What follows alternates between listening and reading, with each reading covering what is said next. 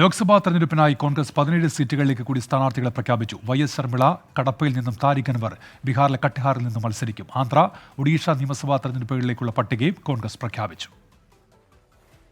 ലോക്സഭാ തെരഞ്ഞെടുപ്പിനായി ഒഡീഷയിലെ 8 സീറ്റുകളിലേക്കും ആന്ധ്രാപ്രദേശിലെ 5 സീറ്റുകളിലേക്കും ബീഹാറിലെ 3 സീറ്റുകളിലേക്കും പശ്ചിമ ബംഗാളിലെ 1 സീറ്റിലേക്കുമാണ് സ്ഥാനാർത്ഥികളെ പ്രഖ്യാപിച്ചത്. ആന്ധ്രാപ്രദേശ് കോൺഗ്രസ് അധ്യക്ഷ YS ശർമിള റെഡ്ഡി തെരഞ്ഞെടുപ്പിൽ കടപ്പ സീറ്റിൽ മത്സരിക്കും.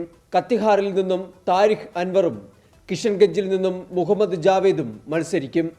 233 സ്ഥാനാർത്ഥികളെയാണ് പാർട്ടി ഇതുവരെ പ്രഖ്യാപിച്ചത്. രാജ്യം ഉറ്റുനോക്കുന്ന സീറ്റുകളായ അമേഠിയിലും റായ്ബറേലിയിലും സസ്പെൻസ് തുടരുകയാണ്. ലോക്സഭാ തെരഞ്ഞെടുപ്പ് പ്രചാരണത്തിൽ കോൺഗ്രസിനെ തന്നെയാണ് പ്രധാനമന്ത്രി നരേന്ദ്രമോദി ലക്ഷ്യം വയ്ക്കുന്നത്. ഇന്ന് ഉത്തരാഖണ്ഡിലെ തെരഞ്ഞെടുപ്പ് റാലിയിൽ സംസാരിച്ച മോദി കോൺഗ്രസിന് ജനാധിപത്യത്തിൽ വിശ്വാസമില്ലെന്ന് ആരോപിച്ചു. कांग्रेस ने कैसे अपने हाथों से मां भारती के टुकड़े किए, इसका एक और ताजा उदाहरण देश के सामने आया है.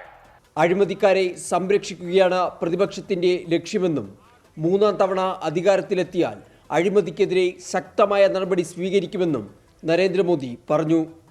തെരഞ്ഞെടുപ്പ് അടുത്ത വേളയിൽ രാഷ്ട്രീയ വാഗ്വാദങ്ങൾ കൂടുതൽ ശക്തിപ്പെടുകയാണ്. 24 ഡൽഹി.